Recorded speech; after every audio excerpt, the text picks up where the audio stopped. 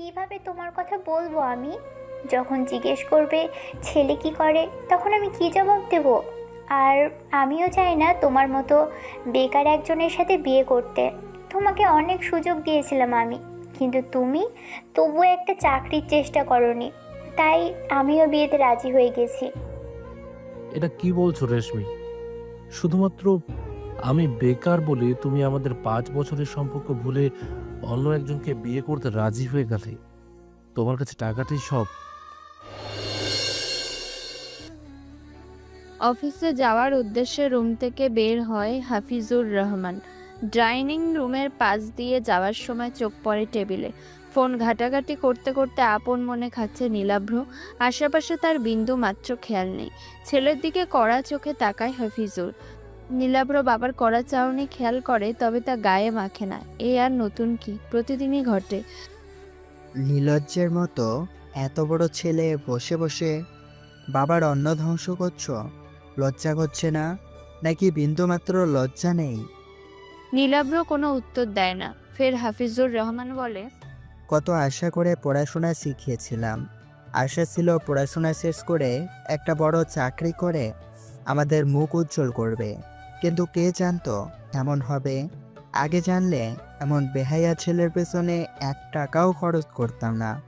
আমার ঘাম ছুটে যায় টাকা উপার্জন করতে, আর তিনি বসে বসে গিলতে থাকে। সকাল সকাল বাবার কথায় কিছুটা মন খারাপ হয় নীলাভ্রে। রাগও হয় সামান্য। অবশিষ্ট খাবারের মধ্যে হাত ধুয়ে রেগে ঘরে চলে যায় সে। হ্যাঁ, যাও যাও, এতটুকুই তো পারবে। তাছাড়া আর কি যোগ্যতা আছে? রান্নাঘর থেকে রোকসানা বেগম বেরিয়ে আসে। সকাল সকাল ছেলেটাকে এভাবে বলাটা জরুরি ছিল কি তোমার? কাল রাতে কিছু খাইনি, এখন একটু খেতে বসলো, তবুও খেতে দিলে না শান্তি মতো। চুপ করো তুমি। একমাত্র তোমার জন্যই ছেলে এমন বেয়াড়া হয়েছে। ওকে ভালো মতো বলে দেবে কোনো চাকরি জোগাড় করতে, আর কিছু না করলে এ বাড়ি থেকে বেরিয়ে যেতে। আমি আর বসে বসে খেতে দিতে পারবো না। বাড়ি থেকে বেরিয়ে চলে যায় হাফিজুর। রোকসানা বেগম স্বামীর যাওয়ার পানে তাকায়। ফের ছেলের ঘরের দিকে তাকিয়ে দীর্ঘশ্বাস ফেলে। নীলাভ্রের ঘরের দিকে এগিয়ে যায় রোকসানা। নীলাভ্র বিছানায় বসে পায়ের উপর ল্যাপটপ নিয়ে কিছু একটা করছে। এবার অন্তত তো একটা চাকরি কর বাবা, আর কতদিন এভাবে চলবে? আম্মু, তুমিও এখন শুরু করো না তো। কতদিন বলতে হয় আমি কোনো চাকরি করতে পারবো না? কেন পারবি না? সমস্যা কি তোর? আমি এত কিছু এক্সপ্লেন করতে পারবো না। আমি যখন বলেছি তখন কেউ আমাকে দিয়ে চাকরি করাতে পারবে না। রোকসানাকে আর কিছু বলতে না দিয়ে একটা শার্ট পরতে পরতে বাইরে চলে যায় নীলাভ্র। রোকসানা ছেলের দিকে অসহায় দৃষ্টিতে তাকিয়ে থাকে। হাফিজুর রহমানের মধ্যবিত্ত এক পরিবার। ছোট সরকারি চাকরি করেন সে। বেতন থেকে যা আসে তা এই উচ্চ মূল্যের বাজারে কিছুই হয় না। তবুও কোনো মতে কষ্ট করে চলতে হয়। অধিক জায়গা জমিও নেই, শুধু বাড়িটা ছাড়া। নীলাভ্র ছোট থেকেই ব্রিলিয়ান্ট ছিল। তার পড়াশোনার চাহিদাও ছিল অধিক। হাফিজুর ছেলের এত চাহিদা দেখে শত কষ্টের মাঝেও ছেলেকে উচ্চশিক্ষিত করে উঠাতে চায়। ভালো প্রাইভেট ইউনিভার্সিটিতে ভর্তি করায়। তখনও নীলাভ্র পড়াশোনার প্রতি অধিক আগ্রহী ছিল। ছেলের পড়াশোনার খরচ জোগাতে সব জায়গা জমি বিক্রি করতে হয়েছে হাফিজুর রহমানকে। এত কিছু ত্যাগ করে অবশেষে নীলাভ্রের পড়াশোনা শেষ হয়। মাসের পর মাস চলতে থাকে, কিন্তু নীলাভ্র চাকরির চেষ্টা করে না। অনেক জায়গা থেকে চাকরির অফারও এসেছিল, কিন্তু সে জয়েন করেনি। কেন করে না তা অজানা, শুধু বলে তার সময় নেই, চাকরি করতে ভালো লাগে না। কত শত বুঝিয়েছে রোকসানা হাফিজুর, কিন্তু নীলাভ্র কারো কথা কান দেয় না। একমাত্র ছেলেকে নিয়ে কত স্বপ্ন ছিল তাদের, অথচ নীলাভ্র সব স্বপ্ন শেষ করে দেয়। নিজের কেবিনে বসে আছে অহনা, শান্তভাবে কম্পিউটারে কিছু একটা করছে। বাইরে থেকে নক করে কেউ। অহনার চিন্তা অসুবিধা হয় না কে বাইরে। অহনা অনুমতি দেয় ভেতরে আসতে। আশিক একটা ফাইল নিয়ে ভেতরে প্রবেশ করে। ফাইলটা অহনার দিকে এগিয়ে বলতে থাকে, ম্যাম, একটু লক্ষ্য করুন। কি এইটা? এখানে কিছু অনৈতিক কাজের বিবরণ দেওয়া হয়েছে। দেশে কোনো এক বা একাধিক হ্যাকারের অস্তিত্ব বাড়ছে। বিভিন্ন জায়গায় ব্যাংক থেকে সে বা তারা হ্যাক করে টাকা তুলে নিচ্ছে। মূলত এটা একজন নাকি একাধিকজন তা জানা যায়নি, তবে ধারণা করা যায় একজনই করছে। কারণ সব জায়গায় খোঁজ নিয়ে জানা গেছে সব জায়গায় একই প্রক্রিয়ায় করা হয়েছে, ন্যূনতম তারতম্য নেই। একাধিকজন করলে একটু হলেও পার্থক্য থাকতো। আর বিশেষ তথ্য হলো, হ্যাকার খুব চতুর টাইপের, কোনো জায়গায় সামান্য প্রমাণও রাখছে না। এখনো পর্যন্ত তাকে চিহ্নিত করার মতো কিছুই পাওয়া যায়নি, কোনো প্রমাণ কেউ খুঁজে পাচ্ছে না। খুব পাকা হাতে কাজটি করা হচ্ছে। আচ্ছা, আমি দেখছি ব্যাপারটা। জি ম্যাম, এভাবে চলতে থাকলে দেশের অবস্থা বিপজ্জনক হয়ে উঠবে। উপরমহল থেকে বারবার চাপ দিচ্ছে দ্রুত হ্যাকারকে খুঁজে বের করতে। আশা করা যায় আমরা না পারলে এই কাজটি উপরমহল থেকে আপনার দায়িত্বে দেওয়া হবে। আশিকের লাস্ট কথায় বিরক্ত হয় অহনা। সবসময় শুধু কাজ আর কাজ। কেন, সে কি মন্ত্রী নাকি এক হাতে সব সামলে নেবে? তাকেই কেন কঠিন দায়িত্বগুলো বারবার দিতে হবে? আচ্ছা, আপনি এখন আসুন। আশিক মাথা নাড়িয়ে চলে যায়। অহনা ফাইলটা না দেখেই পাশে ফেলে রাখে। বিড়বিড় করে বলে, দেখ, এত কাজ করছে কে? যখন আমার ওপর দায়িত্ব পড়বে তখন ভেবে দেখব। পার্কের বেঞ্চে বসে আছে নীলাভ্র। অপেক্ষা করছে কারোর জন্য, হাতে একগুচ্ছ গোলাপ ফুল। কিছুক্ষণ বাদে হেঁটে আসা একটা মেয়ে, বোরকায় আবৃত শরীর, চোখ দুটো শুধু খোলা। মেয়েটাকে চিনতে অসুবিধা হয় না নীলাভ্রের। এটা যে রেশমি তা সে চিনতে ভুল করবে না। নীলাভ্রের দিকে এগিয়ে আসে রেশমি, গিয়ে বসে নীলাভ্রের পাশে, মুখ থেকে নিকাবটা উপরে তুলে। আর কতদিন এভাবে লুকিয়ে লুকিয়ে দেখা করবে বলো? তুমি চাকরি কবে করবে? নীলাভ্র গোলাপগুলো এগিয়ে দেয় রেশমির উদ্দেশ্যে। মাত্রই তো আসলেই, আগে একটু বসো, জিরিয়ে নাও। এখানে আমি বসতে আসিনি নীলাভ্র। তুমি আমাকে বলো, তুমি ইন্টারভিউ দিবে কবে? চাকরি করবে কি না? রেশমি, তুমি তো জানো আমি চাকরি করতে চাই না। তাহলে কোনো বিজনেস করো, কিছু একটা তো করো। আপাতত কিছুই করতে পারবো না। রেশমি কিছুটা রেগে যায়, রাগ সংবরণ করে ব্যাগ থেকে একটা কার্ড বের করে নীলাভ্রের দিকে এগিয়ে দেয়। কি এটা? আমার বিয়ের কার্ড। বিয়ের কার্ড মানে? তোমাকে আগেই জানিয়েছিলাম আমাকে পাত্রপক্ষ দেখতে আসবে। ছেলে আমেরিকায় থাকে, বড়লোক বাবার একমাত্র সন্তান। ছেলের নিজেরও কোম্পানি আছে।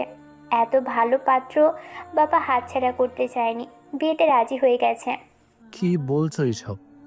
তুমি কেন বললে না তুমি রাজি নও? তুমি আমাকে ভালোবাসো। কিভাবে তোমার কথা বলবো আমি? যখন জিজ্ঞেস করবে ছেলে কি করে, তখন আমি কি জবাব দেব? আর আমিও চাই না তোমার মতো বেকার একজনের সাথে বিয়ে করতে। তোমাকে অনেক সুযোগ দিয়েছিলাম আমি, কিন্তু তুমি তবুও একটা চাকরির চেষ্টা করনি। তাই আমিও বিয়েতে রাজি হয়ে গেছি। এটা কি বলছো রেশমি? শুধুমাত্র আমি বেকার বলে তুমি আমাদের 5 বছরের সম্পর্ক ভুলে অন্য একজনকে বিয়ে করতে রাজি হয়ে গেলে? তোমার কাছে টাকাটাই সব? হ্যাঁ, আমার কাছে টাকাটাই সব। আমি তোমার মতো বেকার ছেলেকে বিয়ে করতে পারবো না। নাও, কার্ডটা ধরো। যদি ইচ্ছে হয় আমার বিয়েতে এসো। নীলাভ্রকে আর কিছু বলার সুযোগ না দিয়ে চলে যায় রেশমি। নীলাভ্র রেশমির যাওয়ার দিকে অসহায়ভাবে তাকিয়ে থাকে, হাতের কার্ডটা ছুঁড়ে ফেলে দেয় দূরে, উঠে দাঁড়ায়, পা বাড়ায় সামনের দিকে। রাত প্রায় 2:30। রুমের লাইট নিভিয়ে অন্ধকার ঘরে বসে আছে নীলাভ্র, হাতে রেশমি ও তার একটা কাপল পিক। রেশমির সাথে নীলাভ্রের প্রায় 5 বছরের সম্পর্ক। নীলাভ্র রেশমিকে খুব ভালোবাসতো। রেশমি যে শুধুমাত্র টাকার জন্য তাকে ছেড়ে যাবে ভাবতেও পারছে না নীলাভ্র। বুকের মধ্যে চিনচিনে ব্যথা করছে তার, চোখ জলে টইটুম্বুর, 2-1 ফোঁটা পানি গড়িয়ে পড়ছে কিছুক্ষণ পর পর।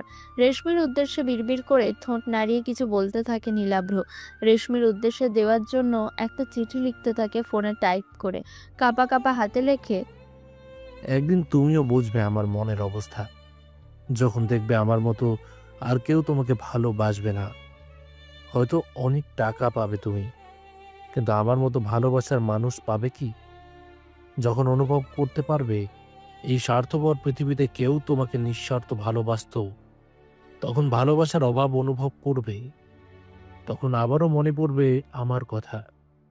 তখন তুমিও অনুভব করবে আমার মতো চিনচিনে ব্যথার অনুভূতি। যখন বুঝবে তুমি কারো কাছে এটি মানুষ ছিলে না, ছিলে তার পৃথিবী জগৎ, তখন আমি তোমাকে ছাড়া বাঁচতে শিখে যাব। তখন তুমি হয়তো পিছু ফিরে তাকাতে চাইবে, কিন্তু আমি তখন থাকবো না পুরনো জায়গায়। মেসেজটি রেশমির আইডিতে সেন্ড করে ফোন অফ করে নীলাভ্র। চোখ দুটো লেগে আসছে, মস্তিষ্ক জানান দিচ্ছে অনেক তো হলেও দুঃখবিলাস, এবার একটু ঘুমানোর প্রয়োজন। কোনো মতে কাঁথাটা গায়ে জড়িয়ে ঘুমিয়ে পড়ে নীলাভ্র। দিনের আলো ফুটে ওঠে, বিছানায় ঘুমিয়ে আছে অহনা। জানালা দিয়ে এক ফালি রোদ এসে পড়ে অহনার মুখের উপর। চোখ কুঁচকে নেয় অহনা, এক পর্যায়ে বিরক্ত হয়ে উঠে পড়ে বিছানা থেকে। সে ভালো করে জানে জানালার পর্দাটা তার মা ছাড়া কেউ সরায়নি। বিছানা থেকে নেমে ওয়াশরুমে চলে যায় অহনা ফ্রেশ হতে। ওয়াশরুম থেকে বেরিয়ে চলে যায় নিচে। ডাইনিং রুমে সোফায় বসে আছে অহনার বাবা সাজ্জাদ রেজা। তিনি একজন রিটায়ার্ড পুলিশ অফিসার। অহনা তার বাবার স্বপ্ন পূরণেই পুলিশ অফিসারে যোগ দিয়েছে। রান্নাঘর থেকে টুংটাং শব্দ ভেসে আসছে। সাজিদা বেগম রান্না করছেন, হাতে হাতে সাহায্য করছে তুলি। তুলি অহনার চাচাতো বোন। অহনার চাচা চাচির একমাত্র কন্যা ছিল তুলি। কিছু বছর পূর্বে তারা সাজেক ট্যুরে যাওয়ার সময় কার অ্যাক্সিডেন্টে মারা যায়। তখন তুলির বয়স ছিল 15। তুলিও বেশ চোট পেয়েছিল, তবে তার বাবা মা স্পট ডেড, হসপিটালে নেওয়ার পূর্বেই মারা যায়। তারপর থেকে তুলি অহনাদের সাথে থাকে। অহনা বাবা মার একমাত্র সন্তান। সাজ্জাদ রেজার দ্বিতীয় আর কোনো সন্তান নেই। তুলি অহনা সাজ্জাদ রেজা খাবার টেবিলে বসে পড়ে। সাজিদা বেগম খাবার বেড়ে দিচ্ছে, খাওয়া শুরু করে সবাই। খাওয়ার এক পর্যায়ে সাজ্জাদ তুলির উদ্দেশ্যে বলে, পড়াশোনা কেমন চলছে তুলি? জি বড় আব্বু, ভালো। ফাইনাল এক্সাম সামনে, ডেট দিয়েছে? জি, সামনের মাসের 25 তারিখ। তাহলে তো বেশি সময় নেই, এখন থেকেই শুধু পড়াশোনায় ফোকাস করো। একটা ভালো রেজাল্ট চাই আমার। অহনার মতো ডাব্বা মেরে বাড়ি ফিরো না। বাবার কথা খাওয়া থেমে যায় অহনার। মুখ ফুলিয়ে তাকায় বাবার দিকে। বাবা, আমি শুধু কলেজ টেস্টে একবার ফেল করেছিলাম, তবু অসুস্থের কারণে। তা বাদে এতটাও খারাপ রেজাল্ট ছিল না বাকিগুলো। সেটা আমি ভালো করেই জানি। সাজ্জাদের কথা তুলি হাসতে থাকে। হাসাহাসি করতে করতে খাবার শেষ করে তারা। অহনা উঠতে নিলে সাজ্জাদ রেজা বলেন, বসো, তোমার সাথে আমার কথা আছে। কি কথা আব্বু? তোমার কাজ কেমন চলছে? ভালোই চলছে। এইটা জিজ্ঞেস করতে দাঁড় করালি আমায়? না, অন্য কিছু। কি? তোমার জন্য একটা ছেলে দেখেছি আমি। ছেলে খুবই ভালো, পারিবারিক স্ট্যাটাসও ভালো। তোমাকে কতবার বলেছি বাবা, আমি বিয়ে করব না। আজ হোক কাল হোক বিয়ে তো করতেই হবে। তাহলে এত ভালো পাত্র হাতছাড়া করব কেন? আমি কিছু জানতে চাই না, বিয়ে করব না মানে করব না, ব্যাস। সাজ্জাদ আর কিছু বলতে নিলে অহনা উঠে চলে যায়। অহনা যাওয়ার দিকে তাকিয়ে থাকে সাজ্জাদ, ফের তুলির দিকে তাকিয়ে বলে, তুমি একটু বুঝিয়ে বলো ওকে। ঠিক আছে বড় আপু। ডাইনিং রুমে সোফায় বসে আছে হাফিজুর রহমান। রোকসানা বেগম পাশেই কিছু একটা করছে। নীলাভ্রও এখানেই আছে, ফোনে কিছু একটা করছে সে। টিভি অন করে হাফিজুর। খবরের চ্যানেলে দিলে সাংবাদিকের বলার কিছু শব্দ ভেসে আসে তাদের গানে। দেশে ছড়িয়ে পড়ছে হ্যাকার, আস্তে আস্তে আশঙ্কা বেড়ে চলেছে। হ্যাক করে তুলে নেওয়া হচ্ছে ব্যাংকের টাকা, ফাঁস করে দেওয়া হচ্ছে বড় বড় নেতাদের গোপন ভিডিও বার্তা ও তথ্য। ঝুঁকির মধ্যে রয়েছে সবাই। নিরাপত্তা বাহিনী নিজেদের কাজে লেগে পড়েছে, তবে এখনও কোনো সুরাহা মিলেনি। হ্যাকার তার দক্ষতার হাতে সব কিছু করছে, কোনো প্রমাণ বা ক্লু পাওয়া যাচ্ছে না। হ্যাকার চিহ্নিত করতে হিমশিম খাচ্ছে নিরাপত্তা বাহিনী। ঝুঁকিতে রয়েছে ব্যাংক কর্মকর্তা। দেশের অবস্থা ধীরে ধীরে সবার হাতের বাইরে চলে যাচ্ছে। কখন কোথায় পরবর্তী হ্যাক করা হবে তা কেউ বুঝতে পারছে না। টিভির খবরে কিছুটা চিন্তিত হয় হাফিজুর। দেশের এই অবস্থা কেই বা না চিন্তিত হয়। দেশে কি হচ্ছে বুঝছি না, এগুলো কেন করছে হ্যাকার? টাকা নিয়ে না হয় লাভ হবে, কিন্তু দেশের ও জনগণের খবর ফাঁস করে তার লাভ কি? বাবার কথা মুচকি হাসে নীলাভ্র। রহস্যময় কণ্ঠে ঘরে যেতে যেতে বলে, এসব তুমি বুঝবে না বাবা। হাফিজুর রহমান ছেলের দিকে তাকিয়ে থাকে। কি এমন ঘটনা যে সে বুঝবে না অথচ তার ছেলে জানে? পরক্ষণে মাথা থেকে বের করে দেয় সবকিছু। তার কি? সে বড়লোক নয়, তার ব্যাংকে কোনো টাকাও নেই, গুরুত্বপূর্ণ তথ্যও নেই। বই নিয়ে বারান্দায় বসে আছে অহনা। আজ তার অবসরের দিন। পুলিশদের অবসর নেই বললেই চলে, কিন্তু অহনা আজ অসুস্থ বলে ছুটি নিয়েছে। প্রতিদিন এত কাজ করতে তার ইচ্ছা করে না। কিছু মুহূর্তে গল্পের মধ্যে হারিয়ে যায় সে। তখন ফোনের কর্কশ রিংটোন বেজে ওঠে। বিরক্ত হয় অহনা। বিরক্তিতে ফোন হাতে তুলে নেয়। ফোনের নাম্বার দেখে তড়াৎ গতিতে সোজা হয়ে বসে সে। হঠাৎ বড় অফিসার কেন কল দিচ্ছে? আজ তো তার ছুটির দিন। মিস অহনা, কোথায় আপনি? স্যার, আমার তো আজ ছুটির দিন, আমি বাসায় আছি। দেশের এই অবস্থায় আপনি ছুটি কাটাতে ব্যস্ত। কাল থানায় যাওয়ার পূর্বে আমার কেবিনে দেখা করে যাবেন। জি ঠিক আছে। খট করে কল কেটে দেয় ওপার থেকে। স্বস্তির নিঃশ্বাস ফেলে অহনা। কিছুক্ষণ পর তুলি এসে বসে অহনার পাশে, গায়ের সাথে গা ঘেঁষে সরে আসে। কি হয়েছে, এভাবে ঘেঁষাঘেঁষি করছিস কেন? সমস্যা কি? আজকে তোমার ছুটির দিন তাই না? দেখতেই তো পাচ্ছিস। চল না আপু, আমরা শপিংয়ে যাই, আমার কিছু কিনা লাগবে। আমি যেতে পারবো না, সর এখান থেকে। প্লিজ আপু চল না, তোমাকেও শপিং করে দিব। তুলির কথায় তড়াৎ করে আধশোয়া থেকে উঠে বসে অহনা। এতে তুলি কিছুটা চমকে যায়। সত্যি বলছিস তো? শপিং করিয়ে দিবি তো? হ্যাঁ চলো, সত্যিই দেব। তার আগে বল, এত টাকা কোথায় পেলি? বড় আপু আমায় দিয়েছে। ওকে চল, রেডি হয়ে নেই। তুলি নাচতে নাচতে রেডি হতে চলে যায়। অহনাও বারান্দা থেকে নিজের ঘরে যায় রেডি হতে। কিছুক্ষণ বাদে তৈরি হয়ে সাজিদা বেগমকে বলে বেরিয়ে যায় দুজন। বসুন্ধরা সিটিতে এসেছে নীলাভ্র। তার কিছু পোশাক কেনা জরুরি। ভিতরে প্রবেশ করে নীলাভ্র। শার্ট দেখতে থাকে আপন মনে। অনেকগুলো শার্ট দেখেও পছন্দ হয় না। অপর পাশে চলে যায় সে। সেদিকের থেকে অন্য কোয়ালিটির কিছু শার্ট চুজ করে। কয়েকটি শার্ট ট্রায়াল দিয়ে দেখে তাকে কেমন লাগছে। শার্টগুলো প্যাকিং করে টি শার্ট দেখতে থাকে।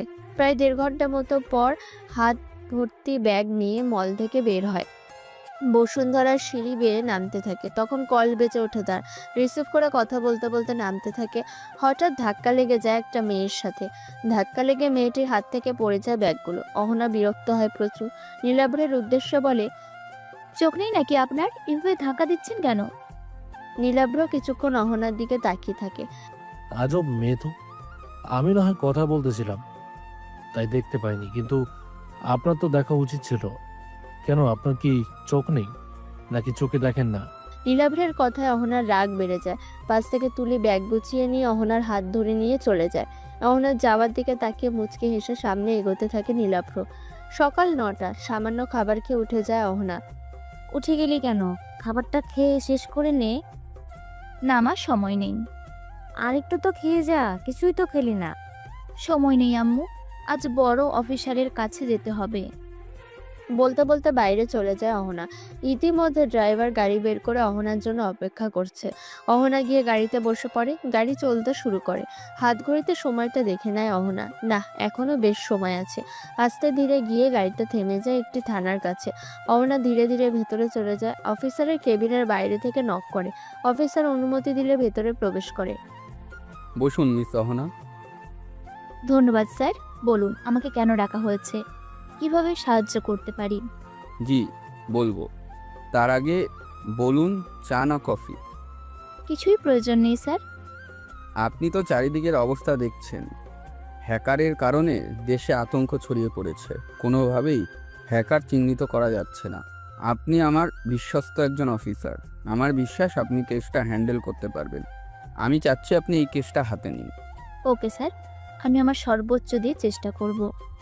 ধন্যবাদ মিস অহনা, আপনি আসতে পারেন। অহনা ধীরে ধীরে বাইরে চলে যায়। গাড়িতে উঠে বসে ফের। এখান থেকে তার থানা 5 মিনিটের রাস্তা। থানার সামনে গাড়িটা গিয়ে থামে। ড্রাইভারকে চলে যেতে বলে অহনা। নিজের কেবিনের দিকে এগিয়ে যায়। এই থানায় সবচেয়ে বড় পদে রয়েছে অহনা। তার পার্সোনাল অ্যাসিস্ট্যান্ট আশিক। তবে ছোটখাটো কেসগুলো আশিকও হ্যান্ডেল করে। থানায় ঢুকতেই সকলে স্যালিউট করে অহনাকে। অহনা সকলকে বসার ইশারা করে নিজের কেবিনে চলে যায়। কিছুক্ষণ পর আশিক হ্যাকারের সম্পর্কে এই পর্যন্ত পাওয়া সকল ডিটেলস অহনাকে দেয়। অহনা খুঁটিয়ে খুঁটিয়ে দেখতে থাকে, তবে কোনো ক্লু পায় না। যখন ফাইলটা রেখে দিতে যাবে তখন চোখ পড়ে ফাইলের একটি জায়গায়। লাস্ট জননী ব্যাংক থেকে টাকা হ্যাকিং করা হয়েছে। সেখান থেকে 30 লক্ষ টাকা ট্রান্সফার করা হয়েছে। ট্রান্সফার করা নাম্বারটা খেয়াল করে অহনা। এটা বাংলাদেশি নাম্বার। আশিককে প্রশ্ন করে, এই নাম্বারটা কি ট্র্যাক করা হয়েছে? জি ম্যাম, তবে কোনো লাভ হয়নি। সিম বন্ধ। লাস্টবার চালু ছিল উত্তরায়। নাম্বারটি কার নামে রেজিস্ট্রেশন করা?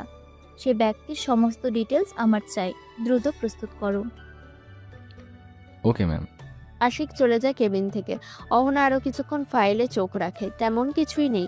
হ্যাকার খুব ধূর্ত লোক, নিজের ন্যূনতম প্রমাণও রাখেনি। অহনা মাথায় হাত দিয়ে চেপে বসে থাকে। চিন্তায় মাথা ব্যথা হয়ে যাচ্ছে।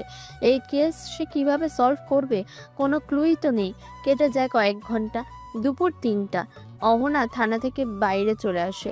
এখন আর এখানে থেকে লাভ নেই। যাওয়ার পূর্বে পুলিশ ইউনিফর্ম চেঞ্জ করে চুড়িদার পরে নিয়েছে। গাড়িতে উঠে পড়ে। গাড়িটি বাড়ির দিকে যেতে নিলে অহনা পার্কের রাস্তায় যেতে বলে। ড্রাইভার অহনার কথা অনুযায়ী পার্কে নিয়ে যায়। পার্কের কাছে গাড়ি থামলে অহনা নেমে পড়ে।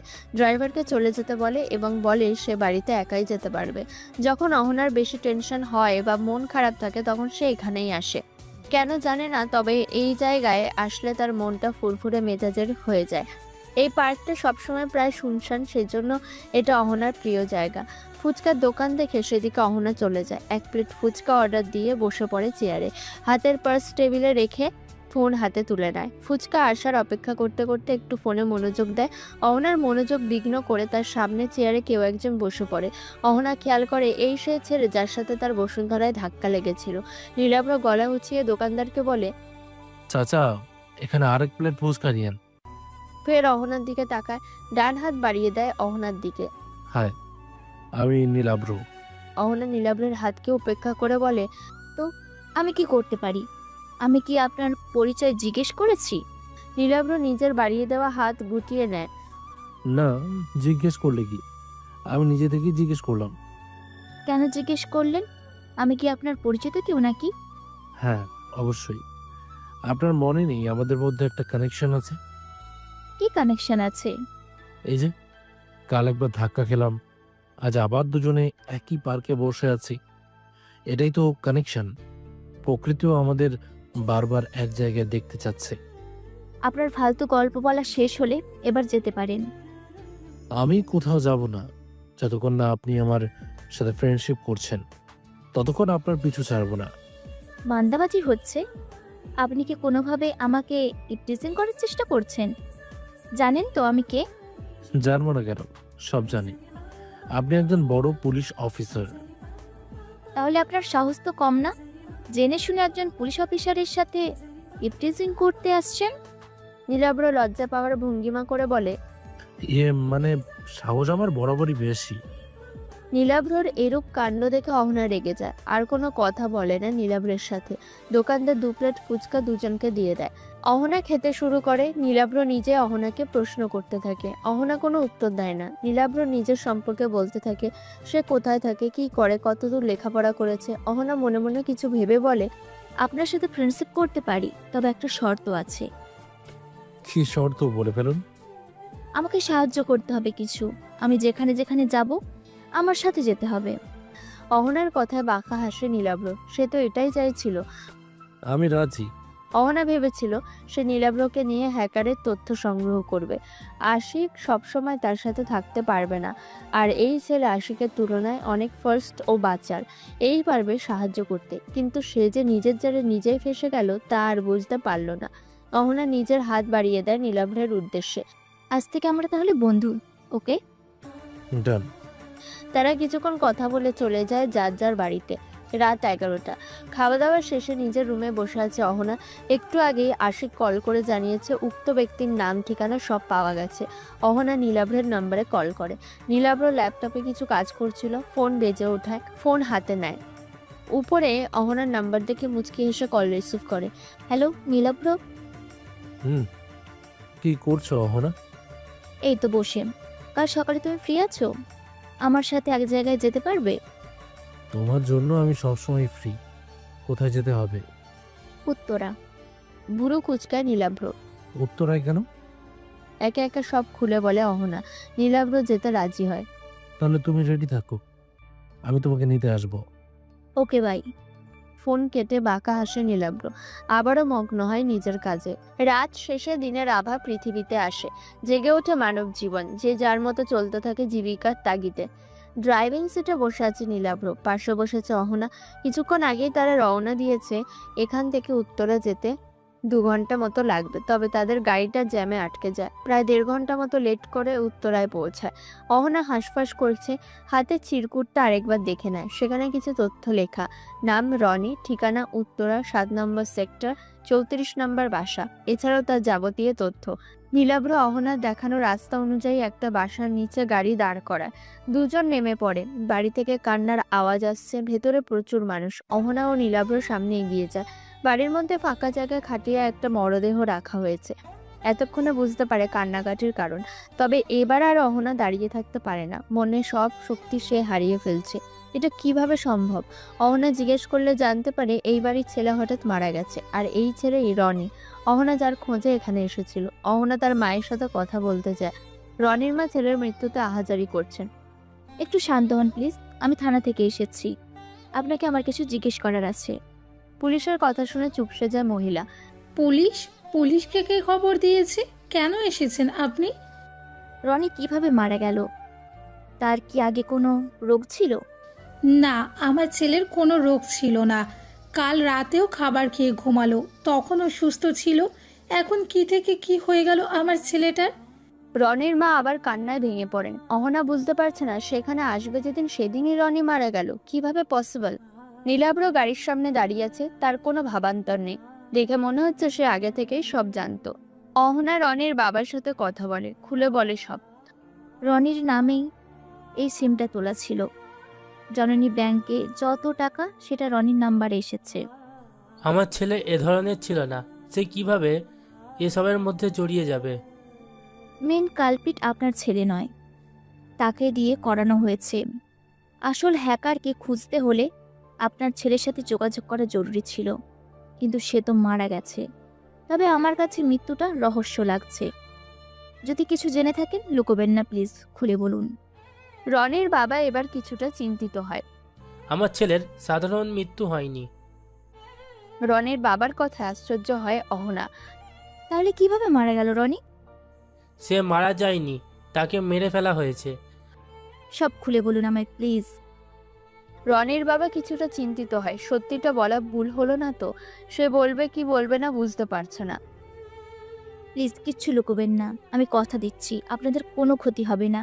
আমার ছেলে বাকিদের মতো ঠিকই ছিল, সবার মতো সাধারণভাবে চলাফেরা করত। তবে হঠাৎ করে তার মাঝে কিছু পরিবর্তন লক্ষ্য করি আমরা। রনি বেশি সময় বাইরে যেত না, তার চাকরিও ছেড়ে দিল। এ নিয়ে অনেক ঝামেলা হলো, চাকরিতে আর যোগ দিতেও পারেনি। কিছুদিন পর দেখলাম রনি অনেক রাত করে বাড়ি ফিরছে। চাকরি না করেও অনেক টাকা পেত। কোথায় থেকে কিভাবে পেত তা আমাদের খুলে বলতো না। আমরা জিজ্ঞাসা করলে এড়িয়ে চলতো, আমাদের বারণ শুনতো না। কেমন উগ্র টাইপের হয়ে গেল। আমরা বুঝতে পারলাম না রনির সমস্যা। তবে আমাদের ছেলেটা কোনো অনৈতিক কাজে জড়িয়ে পড়েছে সেটা আমরা বুঝতে পারি। কারণ যেখানে চাকরি করেও সামান্য কিছু টাকা পেত, সেখানে সারাদিন ঘরে বসে কি এমন করতো যে লক্ষ লক্ষ টাকা পেয়ে যাবে। মৃত্যুর 5-6 দিন আগে থেকেই রনিকে কেমন চিন্তিত দেখাতো। ঠিক মতো খেত না। অনেক রাতও ওকে মাথায় হাত দিয়ে বসে থাকতে দেখলাম। কিছু জিজ্ঞাসা করলে প্রতিবারের মতো চুপ থাকতো, আমাদের খুলে বলতো না। মৃত্যুর আগের দিন সকালে আমরা 3 জন টেবিলে খেতে বসলাম। রনি আমাদের বলল, আমার মনে হচ্ছে আমি বেশি দিন বেঁচে থাকতে পারবো না। আমার ঘরের টেবিলের ড্রয়ারে বেশ কিছু টাকা আছে, আমি মারা গেলে সেগুলো তোমরা নিয়ে নিও। এতগুলো টাকা কোথায় পেলাম জিজ্ঞেস করবে না প্লিজ। তবে এইটুকু জেনে রেখো, তোমাদের ছেলে খুব বাজেভাবে কিছু একটাই ফেঁসে গেছে। এখান থেকে বেরোনোর উপায় নেই, একমাত্র মৃত্যু ছাড়া। যে কোনো সময় আমার উপর হামলা হতে পারে, তোমরা আমাকে মাফ করে দিও। এতটুকু বলে রনির বাবা কান্নায় ভেঙে পড়ে। অহনা তাকে সান্ত্বনা দেয়। প্লিজ আঙ্কেল ভেঙে পড়বেন না, এখন কাঁদলে রনি ফিরে আসবে না। আমাকে আপনি সবটা খুলে বলুন। রনির বাবা আবার বলতে আরম্ভ করে। সকালে খেয়ে রনি বাইরে গিয়েছিল। সকাল পেরিয়ে বিকেল হয়ে যায়, বিকেল পেরিয়ে রাত, তবুও রনি বাসায় ফিরে আসে না। আমরা বারবার কল দিই, তবে ওর নাম্বার বন্ধ। পুলিশ ইনফর্ম করি, তবুও তারা খুঁজে দিতে পারে না। হঠাৎ মধ্যরাতে কলিং বেল বেজে ওঠে। আমরা ভেবেছিলাম আমাদের ছেলে এসেছে। রনির মা গিয়ে দুটো দরজা খুলে দেয়। আমাদের ধারণাই ঠিক হলো, রনি এসেছিল, তবে জীবিত নয়, মৃত। কেউ বা কারা রনিকে দরজার সামনে রেখে গেছে। রনির মুখ থেকে সাদা ফেনা বের হচ্ছিল, দেখে বোঝা যাচ্ছিল কেউ জোর করে মুখে বিষ ঢেলে দিয়েছে। শার্ট ছেঁড়া ছিল, হয়তো অনেক ধস্তাধস্তি হয়েছে। কেউ জানলেও পুলিশ ওকে নিয়ে গিয়ে কাটাছেঁড়া করবে। এইভাবে সবাইকে জানাই সাধারণ মৃত্যু হয়েছে রনির। আমার ছেলেটার কাটাছেঁড়া দেহ সহ্য করতে পারবো না। দয়া করে মা, তুমি রনিকে নিয়ে যেও না। ভয় পাবেন না আঙ্কেল, আমি রনির মৃত্যুর রহস্য কাউকে বলবো না। আপনি আমাকে একটু ওর রুমে নিয়ে যেতে পারবেন? হ্যাঁ, এসো। রনির বাবা অহনাকে তার রুমে নিয়ে যায়। অহনা সম্পূর্ণ ঘর খুঁজতে থাকে, তবে কিছুই পায় না। রনির মোবাইল ফোন চেক করে, সব কিছু ডিলিট করা। হ্যাকার আগেই হয়তো বুঝেছিল ফোন চেক করা হবে, কিন্তু কোনোভাবে একটা ছবি রয়ে যায়। অহনা ভালো করে দেখে ছবিটা। রনি একজনের থেকে অনেকগুলো টাকার বান্ডিল নিচ্ছে। রনিকে স্পষ্ট বোঝা গেলেও ছেলেটাকে বোঝা যাচ্ছে না। ছবির উপরে লেখা আছে, স্মৃতি হিসেবে রেখে দিলাম। ওস্তাদের থেকে নেওয়া প্রথমবারের ইনকাম। অহনার আর বুঝতে বাকি থাকে না, এতগুলো টাকা প্রথমবার ইনকাম মানে এই লোকটি হ্যাকার। তবে লোকটার মুখের উপর বড় ইমোজি দেওয়ার জন্য কিছুই বোঝা যাচ্ছে না। ছবিটা অহনার ফোনে ট্রান্সফার করে নেয়। কিছুক্ষণ সেখানে থেকে নীলাব্রকে নিয়ে বাড়ির উদ্দেশ্যে রওনা দেয় অহনা। দুপুর প্রায় 3টা। দুজনেরই খিদে লেগেছে। একটা রেস্টুরেন্টে গাড়ি থামায় নীলাব্র, নেমে পড়ে দুজন। রেস্টুরেন্ট ফাঁকা, শুনশান। লাস্টের টেবিলে গিয়ে দুজন বসে পড়ে। দুজন দুজনের পছন্দ অনুযায়ী খাবার অর্ডার দেয়। খাবার শেষে 2টো কোন আইসক্রিম অর্ডার করে নীলাব্র। হাতে করে নিয়ে চলে যায় গাড়ির উদ্দেশ্যে। রাত প্রায় 12টা। বিছানা গা এলিয়ে দিয়েছে অহনা। ঘুম আসছে না, তবে সে বসে থাকতেও ইচ্ছা করছে না। মাথায় হাজারটা প্রশ্ন ঘুরপাক খাচ্ছে। ফোন হাতে নিয়ে ছবিটা বারবার জুম করে দেখছে। হ্যাকারের মুখ দেখা যাচ্ছে না, তবে পোশাক দেখা যাচ্ছে। কিভাবে খুঁজে বের করবে তাকে? রনিই ছিল হ্যাকারের কাছে পৌঁছানোর একমাত্র মাধ্যম। এবার কিভাবে সে ধরবে তাকে? হঠাৎ অহনার মনে হয়, আচ্ছা সে যে যাচ্ছে এটা হ্যাকার জানালো কিভাবে? এটা আশিক, অহনা নিজে ও নীলাভ্র ছাড়া কেউ জানে না। অহনা তো আর কাউকে বলেনি। আশিক তো অহনার অনেক পুরনো লোক, সে কোনোভাবে বলবে না। তাহলে কি? আর ভাবতে পারছে না অহনা। নীলাভ্র এসবে কিভাবে জড়াবে? বেহুদাই চিন্তা করছে সে। হঠাৎ ফোন বেজে ওঠে অহনার। উপর মহল থেকে ফোন এসেছে। ফোন রিসিভ করে সে। কত দূর এগোচ্ছে আপনার কাজ মিস অহনা? জি স্যার, আমাকে আর কিছুদিন সময় দিন। আমাদের হাতে এত সময় নেই। আজ দেশে আরও একটা গুরুত্বপূর্ণ তথ্য ভাইরাল হয়েছে, জানেন তো? এইটা ওই হ্যাকারেরই কাজ। এভাবে চলতে থাকলে তো আমাদের বিপদ। প্রচুর চাপ পড়ছে আমার উপর। তাড়াতাড়ি সলভ করুন, নয়তো আমি অন্য ব্যবস্থা নিতে বাধ্য হব। চুপ হয়ে যায় অহনা। অফিসার যে তাকে ইনডাইরেক্টলি চাকরি নেওয়ার হুমকি দিচ্ছে তা বুঝতে পারছে। তবু আমতামতা করে বলে, আমি তো চেষ্টা করছি স্যার। অহনার সম্পূর্ণ কথা না শুনে কল কেটে দেয় অফিসার। অহনা ফোন বিছানায় রেখে দেয়। ধ্যাত, এমনি এত টেনশন, তার উপর আবার মনটা খারাপ হয়ে গেল। পর মুহূর্তে আবারও কল আসে। এবার কল দিয়েছে নীলাভ্র। নীলাভ্রের কল দেখে অহনার মুখে হাসি ফুটে ওঠে। আনন্দের সাথে কল রিসিভ করে। হাই অহনা, কি করছো? এই তো শুয়ে আছি। তুমি কি করছো? আমি তো শুয়ে শুয়ে তোমার কথাই ভাবছিলাম। কেন? তুমি বুঝবে না। বুঝিয়ে বললেই তো বুঝবো। অহনা, কাল তুমি কি ফ্রি আছো? আমার সাথে একটু দেখা করতে পারবে?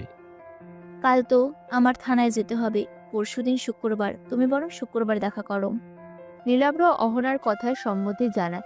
দুজন আরো অনেকক্ষণ কথা বলতে থাকে। একসময় কল কেটে দুজন ঘুমের প্রস্তুতি নেয়। ঘুমে বিভোর অহনা। তুলির চেঁচামেচিতে অহনার ঘুম হারিয়ে যায়। তুলি অনবরত দরজা ধাক্কিয়ে যাচ্ছে। শেষমেশ বিরক্তি নিয়ে উঠে পড়ে অহনা। দরজা খুলে দেয়। কি সমস্যা, এমন চেঁচাচ্ছিস কেন? আমার কি কান নেই নাকি? মারা গেছি যে আসতে বললে শুনবো না? তুমি মরে গেছো। সেই কখন থেকে ডাকছি, ওঠার নাম নেই। ষাঁড়ের মতো পড়ে পড়ে ঘুমাচ্ছ। চুপ থাক, একদম বেশি কথা বলবি না। কি জন্য ডাকছিস তাই বল। কত বাজে খেয়াল আছে তোমার? আর আশিক ভাইয়া তোমার জন্য নিচে অপেক্ষা করছে, তাড়াতাড়ি আসো ফ্রেশ হয়ে। আশিক নিচে কেন? কল দিলেই তো পারতো। কতবার কল দিয়েছে, তুমি কি ফোন চেক করেছো? তুলি নিচে চলে যায়। অহনা তার ফোন চেক করে। উপরে আশিকের দেওয়া 88টি কল উঠে আছে। কাল নীলাভের সাথে কথা বলার পর ফোন সাইলেন্ট করেছিল অহনা, তারপর আর নর্মাল করতে মরেনি। দ্রুত ফ্রেশ হয়ে নিচে চলে যায়। অহনাকে দেখে আশিক দাঁড়িয়ে পড়ে। অহনা বসার জন্য বলে, ম্যাম, আপনি কি আজকের নিউজটা দেখেছেন? না তো, কেন, কি হয়েছে? সোনালী ব্যাংক থেকে 40 লক্ষ টাকা হ্যাক করে তোলা হয়েছে। বলছো কি? হ্যাঁ, আর আশ্চর্যের বিষয় হচ্ছে হ্যাকিংয়ের 2 ঘন্টা পর বস্তির ওপর একটা হেলিকপ্টার নেমে আসে। মাঝারি উঁচুতে উঠতে থাকে। বস্তির সবাই উৎসুক হয়ে সেখানে দাঁড়ালে উপর থেকে টাকার বৃষ্টি পড়তে থাকে। আশঙ্কা করা হয় টাকা দেওয়া ব্যক্তি হ্যাকার ছিল, আর টাকাগুলো সোনালী ব্যাংকেরই ছিল। শোনার পর তো তাই মনে হচ্ছে, কিন্তু হ্যাকার টাকাগুলো নিল কেন? আর যখন সেগুলো নিয়েইছে, নিজে আত্মসাৎ না করে সবাইকে বিলিয়ে দিচ্ছে কেন? সেটা তো আমারও মাথায় ঢুকছে না ম্যাম। উপর মহল থেকে আমার কাছে নোটিশ এসেছে আমরা যদি আর 1 সপ্তাহের মধ্যে হ্যাকারকে ধরতে না পারি, তবে আমাদের শাস্তিস্বরূপ বেতন কেটে নেওয়া হবে। এটা আবার কোন নিয়ম? আমরা তো আমাদের মতো চেষ্টা চালিয়ে যাচ্ছি। আমাদের এখানে কিসের দোষ? জানি না ম্যাম। আচ্ছা, আমি বিষয়টা দেখছি। আমাদের একটু সোনালী ব্যাংকে যেতে হবে। চলো, আমরা এখনই বের হব। সাজিদা বেগম খাবার কথা বললে অহনা না খেয়ে নিজের ফোন ও পার্স নিয়ে চলে যায়। আশিক গাড়িটা ব্যাংকের সামনে দাঁড় করায়। ভেতর থেকে দুজন নেমে আসে। অহনা ব্যাংক কর্মকর্তার সঙ্গে দেখা করতে চায়। আশিক ও অহনাকে একটা ওয়েটিং রুমে বসতে বলা হয়েছে। প্রায় 20 মিনিট পর ব্যাংক কর্মকর্তা আসে। বেচারার চেহারা দেখার মতো। এতগুলো টাকা হারিয়ে প্রায় পাগল। টেনশনে ভুগছেন তিনি। জি বলুন, কি বলতে চান? আপনাদের অ্যাকাউন্ট থেকে টাকা ট্রান্সফার করা হয় কখন? ভোর 5টার দিকে। আপনি কি আমাদের একটু সিভিটা দেখাতে পারবেন? মানে কোন নাম্বারে ট্রান্সফার করা হয়েছে? হ্যাঁ অবশ্যই, আমি আপনার ফোন পাঠিয়ে দেই। Okay please. কর্মকর্তা অহনার ফোনে ছবিটি পাঠিয়ে দেয়। অহনা ধন্যবাদ দিয়ে থানায় চলে আসে। সামনে আশিক বসে আছে, অহনা তার চেয়ারে। দুজন ছবিটা লক্ষ্য করছে। অ্যাকাউন্ট নাম্বার নামের জায়গায় সায়ন চৌধুরী লেখা, ফোন নাম্বার দেওয়া। এছাড়া বিশেষ কিছু পাওয়া যায়নি সেটাই। ফোন নাম্বার বন্ধ, ট্র্যাকিং করা সম্ভব হচ্ছে না। যদি কখনো সিম চালু হয় তবে পাওয়া যাবে। অহনার মাথা চিন্তায় ফেটে যাচ্ছে। একজন মানুষ এত ধূর্তভাবে সবকিছু কিভাবে করতে পারে? এতটুকু হলেও তো ভুল থাকবে। হয়তো ভুল টিকে আছে, তবে তাদের চোখে পড়ছে না। সব চিন্তা একপাশে রেখে উঠে দাঁড়ায় অহনা। আশিককে গাড়ি বের করতে বলে। সে রনিদের বাসায় যাবে। প্রায় 2.5 ঘন্টা পর রনিদের বাসায় এসে পৌঁছায় আশিক ও অহনা। বাসা নক করলে ভেতর থেকে রনির মা দরজা খুলে দেয়। রনির বাবাও বাড়িতে আছেন। আবার কোনো প্রয়োজন মা? হঠাৎ আসলে যে? জি আঙ্কেল, জরুরি দরকার আছে আপনাদের সাথে। বলো কি দরকার? তুমি সেদিন আমার ছেলেকে কাদা ছেঁড়া থেকে বাঁচালে। আমরা তোমাকে সাহায্য করতে পারলে নিজেই খুশি হব। আসলে আঙ্কেল, রনি যে টাকাগুলো রেখে গিয়েছিল সেগুলো কি এখনো আছে? রনির মা পাশ থেকে বলে, হ্যাঁ, সবগুলো টাকাই রেখে দিয়েছি। আমার ছেলের রেখে যাওয়া শেষ সম্বল আমরা এখনো হাত দেইনি। হ্যাঁ, টাকাগুলো ওভাবেই আছে, আমরা এখনো ছুঁয়ে দেখিনি। আমাকে একটু দেখাতে পারবেন? হ্যাঁ, কেন নয়, এসো আমার সাথে। অহনা ও আশিক তাদের সাথে রনির ঘরে যায়। রনির বাবা ড্রয়ার খুলে দেয়। একসাথে অনেকগুলো টাকার বান্ডিল সাজিয়ে রাখা। অহনা বেশ অবাক হয়। অহনা টাকাগুলো পাল্টা পাল্টা দেখে। সবগুলো টাকা এক জায়গায় জড়ো করে টাকার নিচে দুটো চেক খুঁজে পায়। সেগুলো হাতে তুলে নেয় অহনা। আশ্চর্য হয় সে। আজকে সোনালী ব্যাংকের টাকাগুলো যে নাম্বারে ট্রান্সফার করা হয়েছিল সেই নাম্বার থেকে রনির কাছে টাকা এসেছিল, এবং এখানেও নামের জায়গায় সায়ন চৌধুরী। অ্যাকাউন্ট নাম্বার মেলালে একই হয়। অহনার আর বুঝতে বাকি থাকে না এই নাম্বারটা হ্যাকারেরই, আর এই নাম্বারে সে লেনদেন করে। চেক দুটি নিয়ে রনির বাসা থেকে চলে আসে অহনা ও আশিক। এবার কি করবেন ম্যাম? এবার আপাতত আর আমার কিছু করার নেই। এবার যা করার করবে তুমি। আমি আমি কি করব? আমাদের পরবর্তী হ্যাকিং হওয়া পর্যন্ত অপেক্ষা করতে হবে। আশা করা যায় পরবর্তী টাকাগুলো এই অ্যাকাউন্টে ট্রান্সফার হবে। মানে নাম্বারটিও সচল থাকবে কিছুক্ষণ। ওই সময়টুকুই আমাদের কাজে লাগাতে হবে। এর জন্য তোমাকে সবসময় নাম্বারটা ট্র্যাকে রাখতে হবে। পারবে তো তুমি? হ্যাঁ ম্যাম, অবশ্যই পারবো। প্রায় বিকেল 4টে বাজে। অহনা নিজের বাড়িতে চলে যায়। বাড়িতে ঢোকার পর সোজা নিজের ঘরে যায় অহনা। প্রচুর গরম পড়েছে, গোসল করা জরুরি। বেশ কিছুক্ষণ ধরে শাওয়ার নেয় সে। অনেকক্ষণ পর পোশাক চেঞ্জ করে বাইরে আসে। অহনার বিছানায় তুলি বসে আছে। কি ব্যাপার, তুমি আমার রুমে যে? এমনিই ভালো লাগছে না। ঝালমুড়ি খেতে যাবে আপু? এই সময় ঝালমুড়ি কোথা থেকে খেতে যাব? বেশি দূরে না, আমাদের পাড়ার মোড়ে নতুন ঝালমুড়ির দোকান বসেছে। ওনার ঝালমুড়ি নাকি অনেক টেস্ট। চলো না, আজ আমরাও যাই। অহনা এমনি আজ অনেক চাপে আছে, একটু মনটা ফুরফুরে করা দরকার, সেজন্য রাজি হয়ে যায়। বেশ, চলো তাহলে। তুলি ও অহনা ঝালমুড়ির উদ্দেশ্যে বাইরে চলে যায়। দুজনেই সাধারণ গোল জামা পরে বের হয়েছে। অহনা মাথায় ওড়না দিয়ে আর তুলি গলা পেঁচিয়ে ওড়না 2 ধারে ঝুলিয়ে রেখেছে। দোকানে যেতে যেতে সন্ধ্যার আজান দিয়ে দেয়। অহনা ভেবেছিল একটু এদিক ওদিক ঘোরাঘুরি করবে। বেশ কিছুদিন সে বাইরে ঘুরতে আসে না, কিন্তু সন্ধ্যায় আজান দেওয়ায় মনের আশা পূরণ হলো না। ঝালমুড়ি নিয়ে সোজা বাড়ি চলে আসে দুজন। আজ অহনা রুমে না বসে রান্নাঘরে যায়। সাজিদা বেগম রান্না করছে রাতের জন্য। মেয়েকে রান্নাঘরে দেখে ভূত দেখার মতো অবাক হয়। অহনা চুপচাপ এটা ওটা করতে থাকে। সবাই মিলে রাতের খাবার খায় আনন্দ করে। কতদিন পর এত ফ্রেন্ডলি ভাবে পরিবারের সাথে কাটালো অহনা। পরিবারের সাথে সবসময় সে ফ্রেন্ডলি, তবে কাজের চাপে তাদের সাথে কাটানোর মতো সময় হয় না। আজকে বেশ খুশি লাগছে তার। খাবার শেষ করে নিজের রুমে চলে যায় অহনা। নীলাভ্র কল করলে রিসিভ করে, টুকটাক কথা বলতে থাকে। এক পর্যায়ে নীলাভ্র বলে, কাল আমাদের দেখা করার কথা মনে আছে তো? হ্যাঁ মনে আছে। কাল তুমি একটা নীল শাড়ি পরে আসবে। কেন? শাড়ি কেন পরতে যাবো? আমি বলেছি তাই পরবে। প্লিজ তুমি কাল নীল শাড়ি পরে আসো। ভেবে দেখবো। কালটা যে কখন হবে, কখন তোমার সাথে দেখা করব। এমন ভাব করছো? এই প্রথম আমরা দেখা করছি, আগে কখনো দেখোনি আমাকে। তোমার সাথে প্রত্যেক দেখায় আমার প্রথম দেখা করার মতো অনুভূতি হয়, তুমি বুঝবে না। তাই বুঝি? নীলাভ্র ছোট করে উত্তর দেয়। হুম। অনেক রাত করে কথা বলতে থাকে দুজনে। অহনা ভাবে আস্তে আস্তে কেমন যেন সে নীলাভ্রের প্রতি দুর্বল হয়ে যাচ্ছে। সে কি ভালোবেসে ফেলেছে তাকে? নিজের ভাবনায় নিজেই লজ্জা পায় অহনা। মনকে বুঝতে বারবার বলে, ছি ছি, কি ভাবছি? এটা হতে পারে না, কিছুতেই না। পাখির কিচিরমিচিরের শব্দে জেগে ওঠে অহনা। বিছানা থেকে নেমে ওয়াশরুমে চলে যায়। একটু পর নীলাভ্রর সাথে দেখা করার কথা আছে। নীলাভ্র তাকে খুব সকালে যেতে বলেছিল, কারণ এই সময়টা পার্ক ফাঁকা থাকে। আর নীলাভ্র এমন কিছু নাকি বলবে যা মানুষের সামনে বলা যাবে না, এতে দুজনেরই লজ্জা লাগবে। অহনা যদিও বুঝতে পারছে নীলাভ্র তাকে কি বলতে চলেছে, তবুও শিওর না, অন্য কিছু হতেও পারে। চিন্তা ভাবনার মাঝে ব্রাশ করা শেষ করে অহনা ফ্রেশ হয়ে চলে যায় ডাইনিং রুমের দিকে। অহনার আজ সকাল থেকে মনটা ফুরফুরা, খুশি খুশি লাগছে। নিচে গিয়ে একবার খাবার খেয়ে এসেছে। অহনা রেডি হতে শুরু করে। কাবার থেকে খুঁজে খুঁজে নীল রঙের শাড়িটা বের করে। শাড়িটা তার বড্ড পছন্দের। অহনার 19তম জন্মদিনে তার বাবা এই শাড়িটা দিয়েছিল। অহনা শাড়ির ভাঁজ খোলেনি আগে কখনো, বলেছিল কোনো বিশেষ দিনে পরবে। সে মনে করে আজকেই সেই বিশেষ দিন।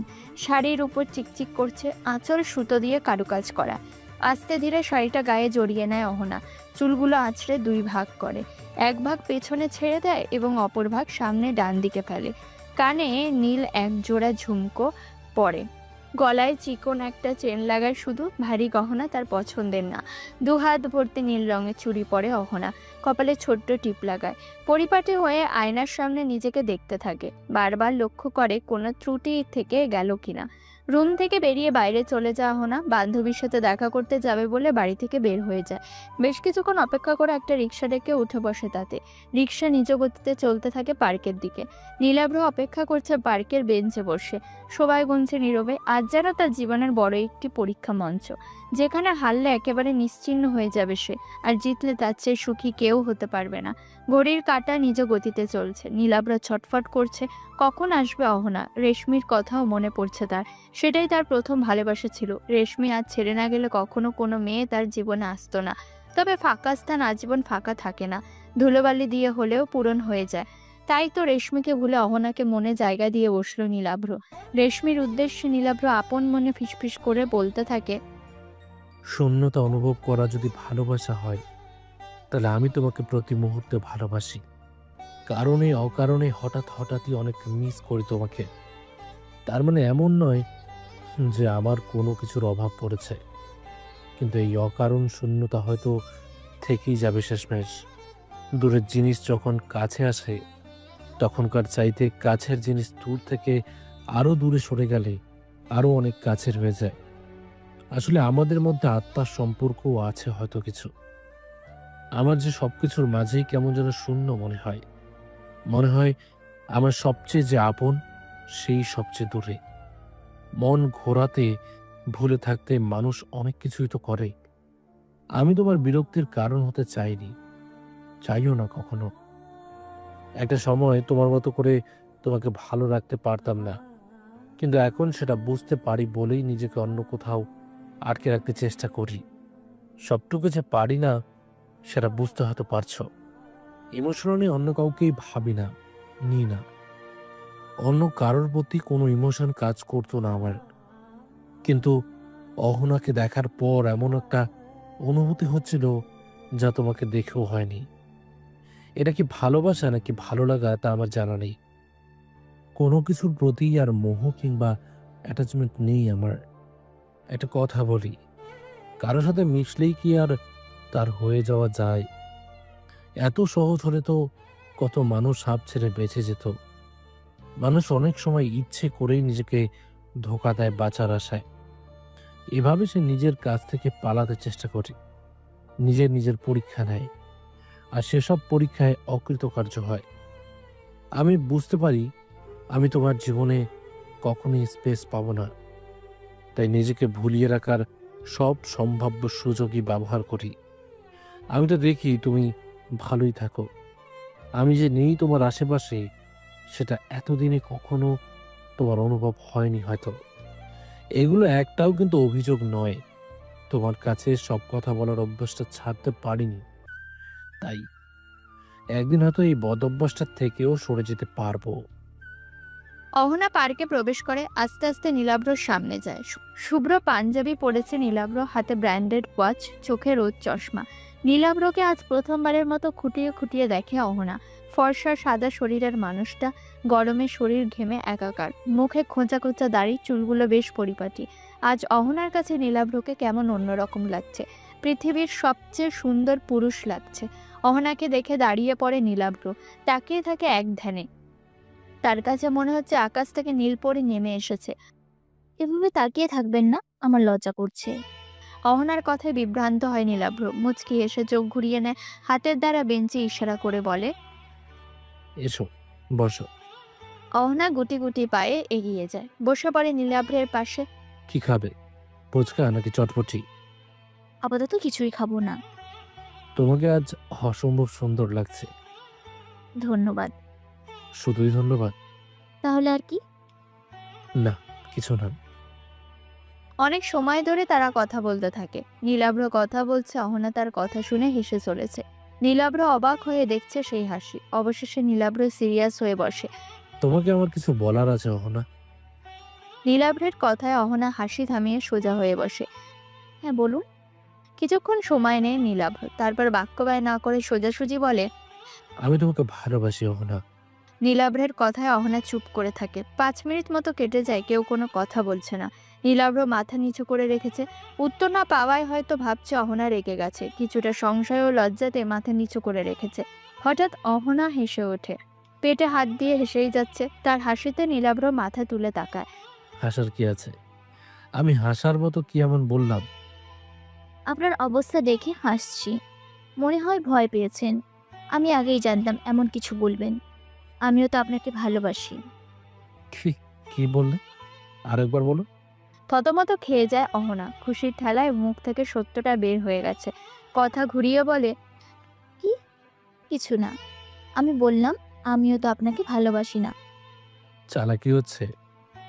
না। কিছুক্ষণ চুপ থেকে আবার হেসে ওঠে অহনা। সাথে সাথে নীলাভ্রও হাসে। কিছুক্ষণ পর অহনা বলে, আমার ভয় হচ্ছে।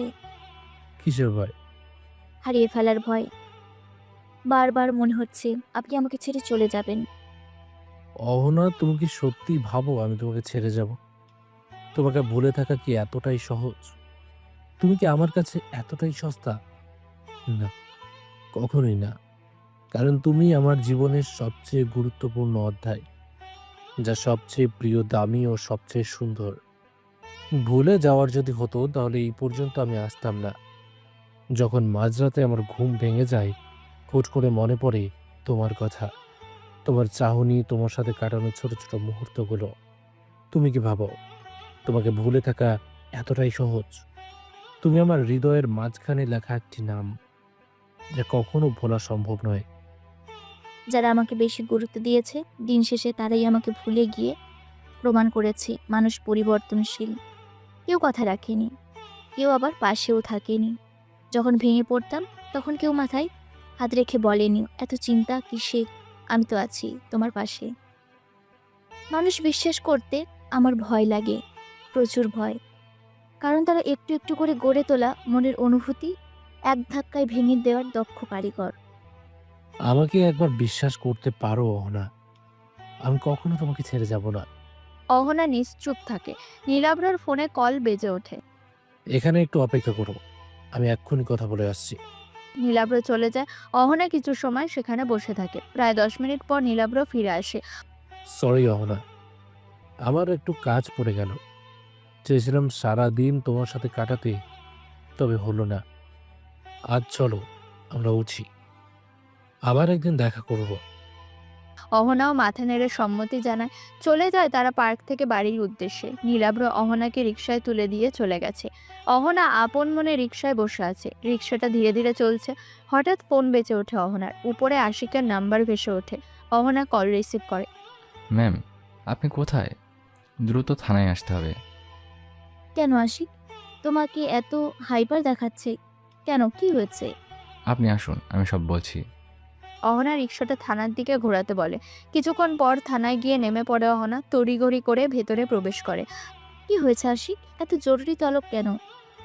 আশিক কম্পিউটার দেখিয়ে বলে, এই দেখুন ম্যাম, আবারও সোনালী ব্যাংকে হ্যাক করার চেষ্টা করা হয়েছে। তবে ব্যাংক ম্যানেজার সব টাকা আগেই সরিয়ে ফেলেছিল বলে হ্যাকার কিছুই করতে পারেনি। আর ওই নাম্বারটাও 5 সেকেন্ডের মতো সচল ছিল। আমরা কিছু করার পূর্বেই নাম্বারটি অফ হয়ে গিয়েছে। লাস্ট লোকেশন কোথায় ছিল? আরশিনগড় পার্ক। অহনা বেশ চমকায়। সে তো এতক্ষণ ওই পার্কেই ছিল। ছোটখাটো পার্কে সে তো কাউকে দেখেনি। শুধু ফুচকাওয়ালা আর নীলাভ্র ব্যতীত আর কেউ ছিল না। তোমার কোনো ভুল হচ্ছে না তো আশিক? না ম্যাম, লোকেশন আরশিনগড় পার্কেই দেখাচ্ছে। এবার নীলাভ্রের প্রতি কিছুটা সন্দেহ সৃষ্টি হয় অহনার মনে। হঠাৎ জরুরি কি এমন কাজ থাকতে পারে নীলাভ্রর? সে তো কোনো চাকরি বা বিজনেস করে না। কিছুতেই মেলাতে পারছে না কি থেকে কি হচ্ছে। আচ্ছা, আমি বিষয়টি দেখছি। এখন বাড়ি যাও তুমি। ঠিক আছে ম্যাম, আপনি যাবেন না? হ্যাঁ, আমিও যাব। অহনা ও আশিক বাড়িতে ফিরে যায়। বেশ রাত হয়েছে। অহনা এখনো ঘুমায়নি।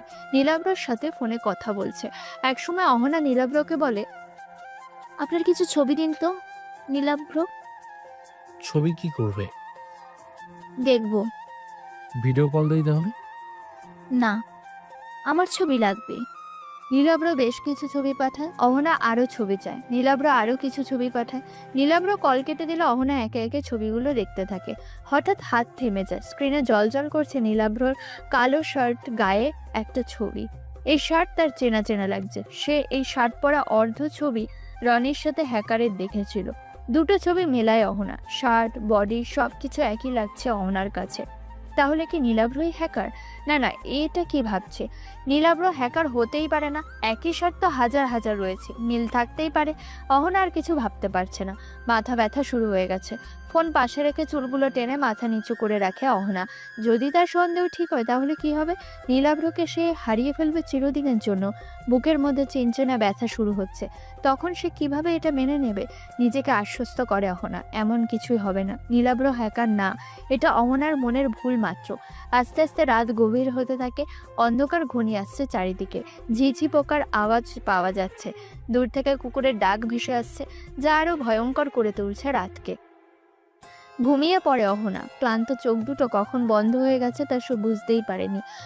নতুন প্রভাতের সূচনা হয়। মানুষ নিজের মতো ব্যস্ত হয়ে পড়ে। কেউ ছুটছে অফিসে, কেউ বাজারের ব্যাগ হাতে নিয়ে, কেউ বা দিন মজুরিতে। আজ সূর্যটা সকাল থেকে কড়া তাপ দিয়ে চলেছে। গরমের দহন শুরু হয়ে গেছে। গাছগাছালিতে পাখিরা কিচিরমিচির করছে। অহনার অ্যালার্ম ঘড়িটা বেজে ওঠে। ঘুম থেকে জেগে ওঠে অহনা। বিরক্তির সাথে বন্ধ করে ঘড়ি। ওয়াশরুমে থেকে ফ্রেশ হয়ে নাস্তা করার উদ্দেশ্যে নিচে চলে যায়। সিঁড়ি দিয়ে নামতে নামতে মাথা থেমে যায় তার।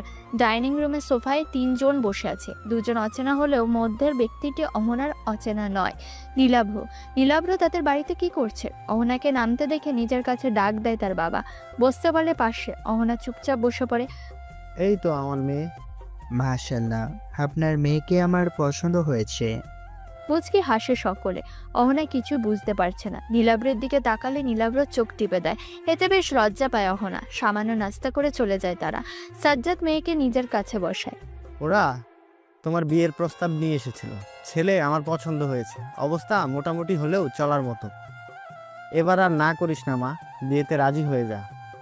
এবার বুঝতে পারে অহনা, কিন্তু নীলাভ্র কি তাদের সম্পর্কের কথা জানায়নি নাকি? তার সাথে কথা বলতে হবে। টুকিটাকি কথা বলে নিজের রুমে চলে যায় অহনা। কল দেয় নীলাভ্রকে। আপনি হঠাৎ আমাদের বাড়িতে এসেছেন কেন? তোমাকে ছাড়া আর ভালো লাগছে না, তাই একেবারের জন্য আনতে গেছিলাম। কিন্তু আমাকে জানাননি কেন? সারপ্রাইজ। তাই বলে হঠাৎ? কেন, খুশি হওনি? হ্যাঁ, তবে আমাদের সম্পর্কের কথা জানাননি কেন? কারণ আছে, তুমি বুঝবে না। আরও কিছুক্ষণ কথা বলে কল রেখে দেয় নীলাভ্র। অহনার তো অনেক আনন্দ লাগছে। এত তাড়াতাড়ি সে নীলাভ্রকে পেয়ে যাবে কল্পনাও করেনি। বসুন্ধরা সিটিতে এসেছে অহনা, সাথে তুলিও নীলাভ্রও আছে। সাজ্জাদ রহমান সামনের মাসে আমেরিকা যাবে কিছু কাজে। সে চাইছে যাওয়ার আগেই অহনার বিয়েটা সেরে ফেলতে। হাফিজুর রহমানও আপত্তি করেনি। আজ মঙ্গলবার, শুক্রবার অহনার বিয়ে, মধ্যে দুদিন। বিয়ে উপলক্ষে কেনাকাটা করতে এসেছে তারা। ভেতরে প্রবেশ করে তিনজন। প্রথমে তারা অহনার বিয়ের জন্য লেহেঙ্গা কিনতে যায়। অনেক গর্জিয়াস লেহেঙ্গা বের করে দোকানদার। সবগুলো অহনার কাছে এক লাগছে। কোনটা রেখে কোনটা নেবে বুঝতে পারছে না সে। তুলি ও নীলাভ্র লাল লেহেঙ্গা নিতে পরামর্শ দেয়, কিন্তু অহনা সাদা লেহেঙ্গা হাতে নিয়ে বলে, আমি এই লেহেঙ্গাটা নিতে চাই। সবাই তো বিয়েতে লাল পরে, আমি না হয় ব্যতিক্রম কিছু পরলাম। সবার কাছে পূর্ণতার রং লাল হলেও আমার কাছে সাদা। সবগুলোতেই তোমাকে সুন্দর মানাবে অহনা, তুমি যেটা খুশি সেটা নিতে পারো। গায়ে হলুদের শাড়ি দেখতে থাকে। এবার খুঁজে খুঁজে তুলি ও অহনা তাদের জন্য দুটো শাড়ি বাছাই করে। প্রায় বিকেল 4টের সময় তাদের শপিং শেষ হয়। বেরিয়ে আসে বসুন্ধরা থেকে। সবার হাত ভর্তি শপিং ব্যাগ, মুখে আলতো হাসি। নীলাভ্র কিছু নেয়নি, সে আগে থেকে সব কিনে ফেলেছে। শুধু তুলি ও অহনার শপিং বাকি ছিল। তিনজন সাদা গাড়িটির দিকে এগিয়ে যায়। লক খুলে ড্রাইভিং সিটে বসে নীলাভ্র, তার পাশে গিয়ে বসে অহনা, ভেতরে তুলি।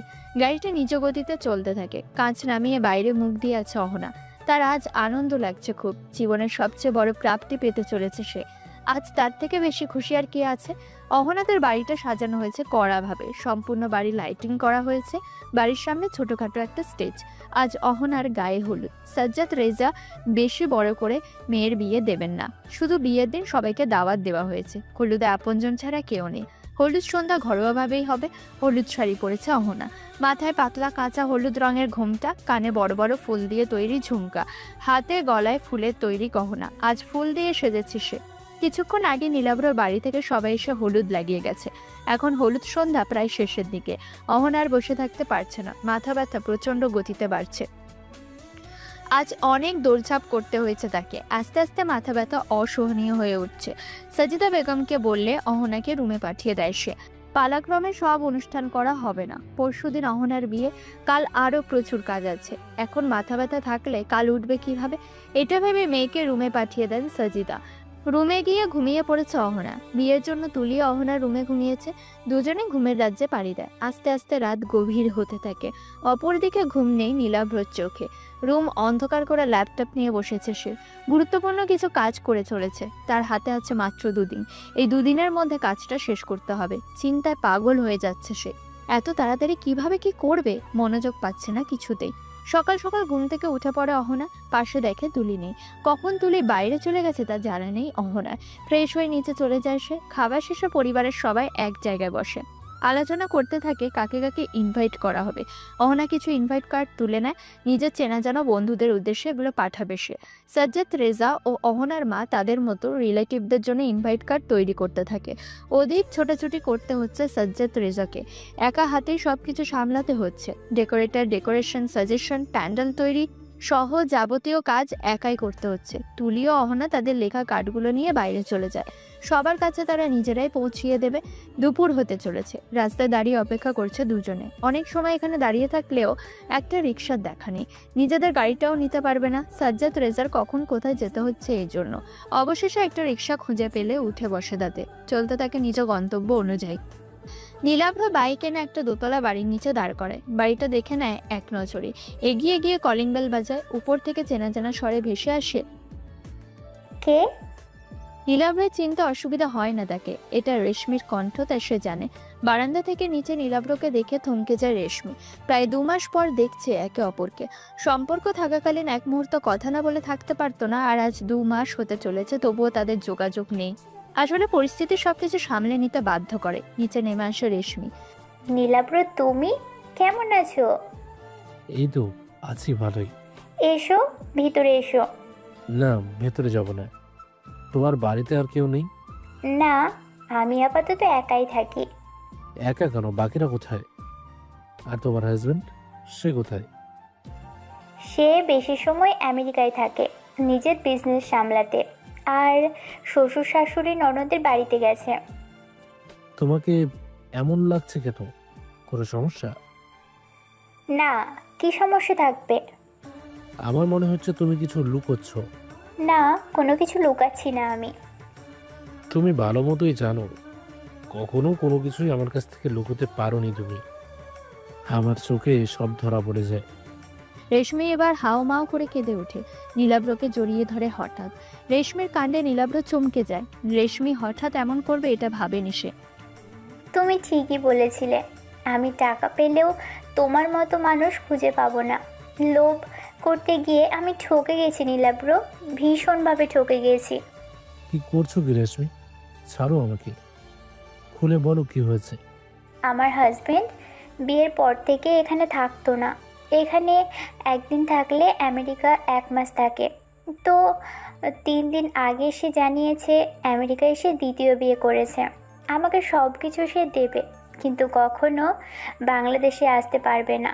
তুমিই বলো নীলাব্র, আমি এই সংসারে থেকে কি করব? যেখানে আমার স্বামীই নেই, সেখানে এত জিনিস, টাকা পয়সা, আমার কি প্রয়োজন? বুঝতে পারছি রেশমি তোমার অবস্থা। একটা কথা বলবো তোমাকে? বলো। কোনোভাবে কি আমাকে তোমার জীবনে ফিরিয়ে নেওয়া যায় না? না, সেটা একদম অসম্ভব। অসম্ভব কেন? নীলাব্র হাতের কার্ডটা রেশমির দিকে বাড়িয়ে দেয়। তোমার উত্তর এটাই দেবে। কি এটা? আমার বিয়ের কার্ড। চমকে যায় রেশমি, কার্ডটা কাপা কাপা হাতে তুলে নেয়। আগামীকাল তোমার বিয়ে? হ্যাঁ, ভালো থেকো রেশমি।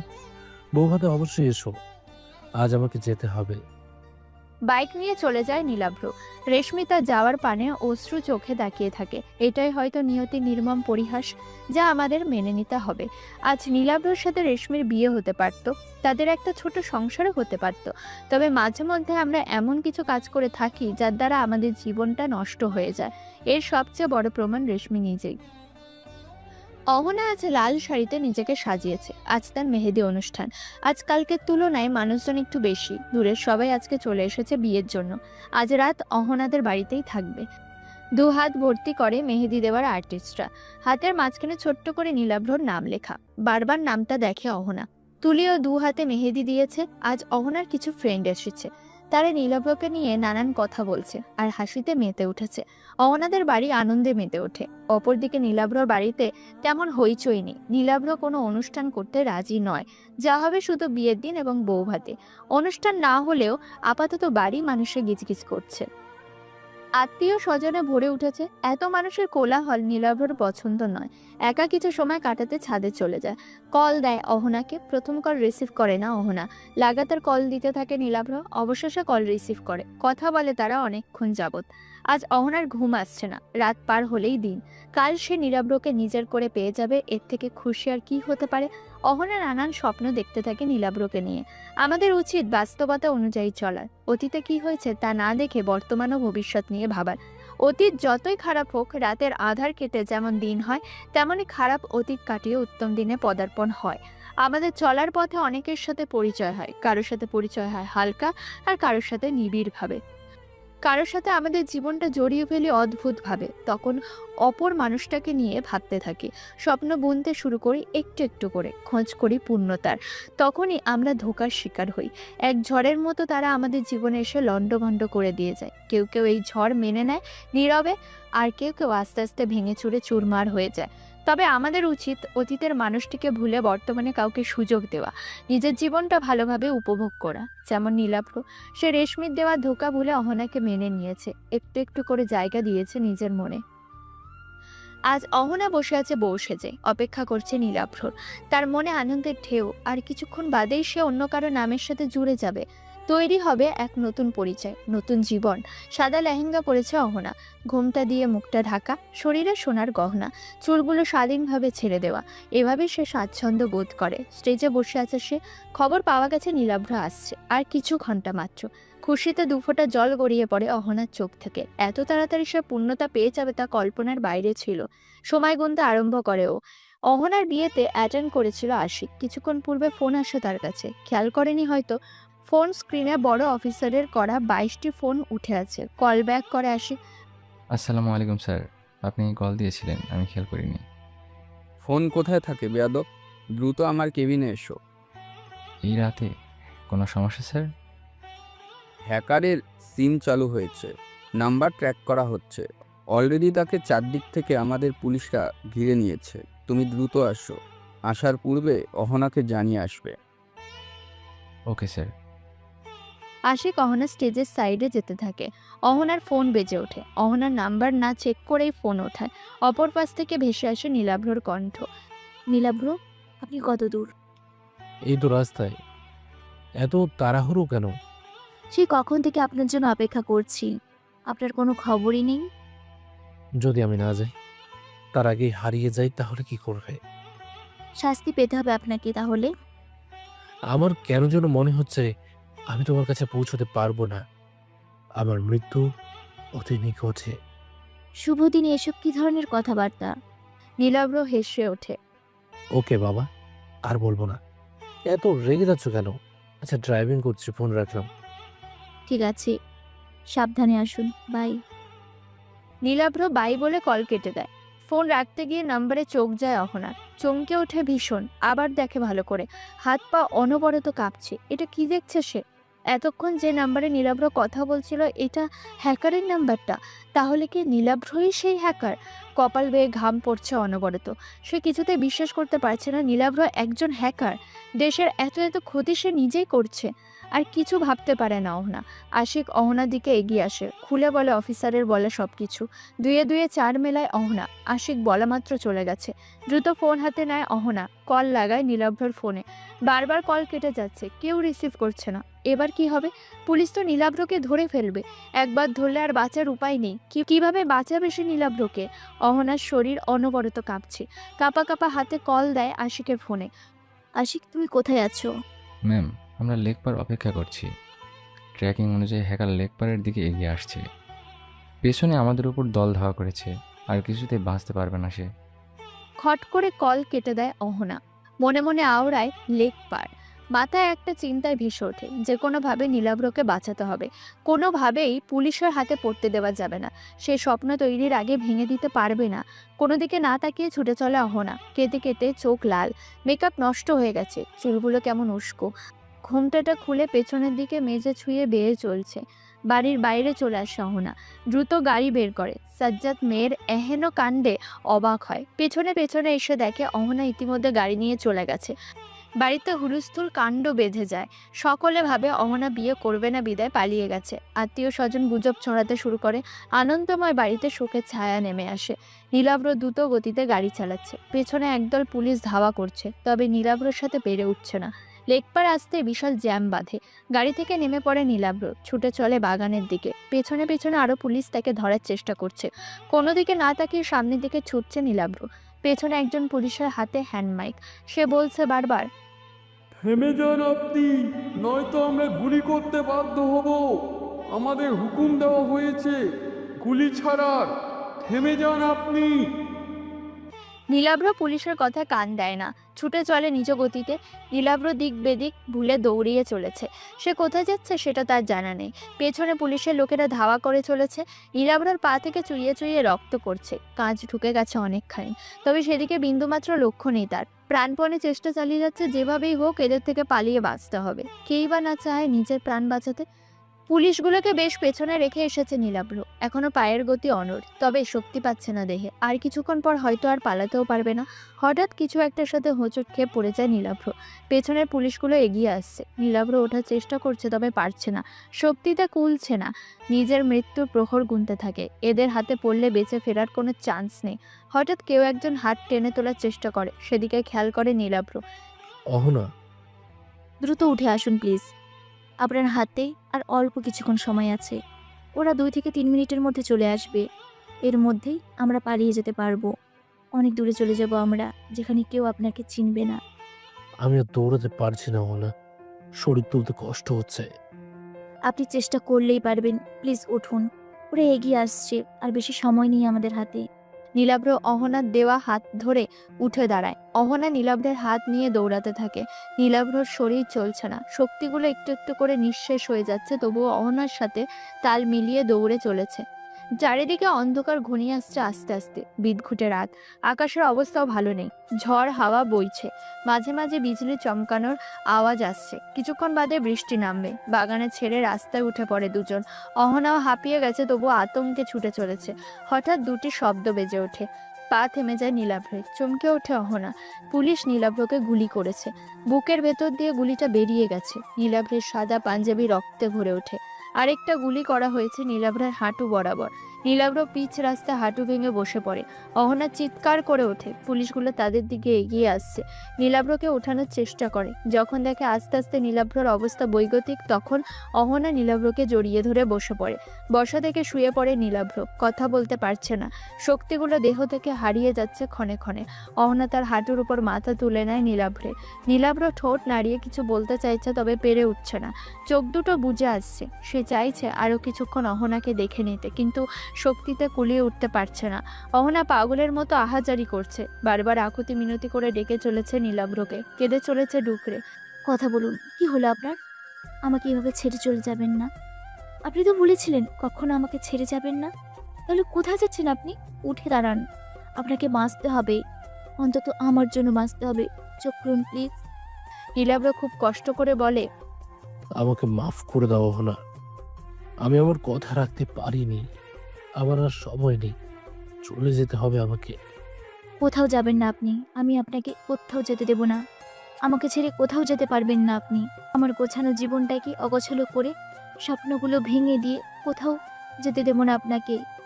স্বপ্ন ভাঙার জ্বালা ভীষণ ভয়ঙ্কর, তা সহ্য করার ক্ষমতা আমার নেই। কি দোষ ছিল আমার? আমাকে একা করে রেখে কেন চলে যাচ্ছেন?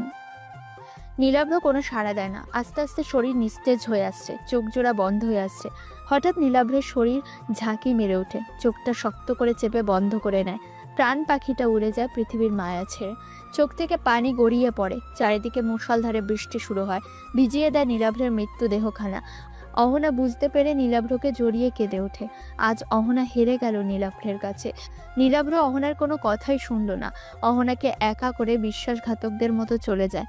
অহনা নিজেকে সামলাতে পারছে না, বুকের মধ্যে ব্যথা শুরু করে। চোখ জোড়া বন্ধ হয়ে আসছে অহনার, ঢলে পড়ে মাটিতে, জ্ঞান হারিয়েছে সে। অহনার পরিবার এদিকে এগিয়ে আসছে। অহনার শরীরের কাছে বসে পড়ে সাজিদা। মেয়ের মাথাটা নিয়ে ঝাঁকি দেয়, জ্ঞান ফেরানোর চেষ্টা করে, তবে অহনার জ্ঞান ফেরে না।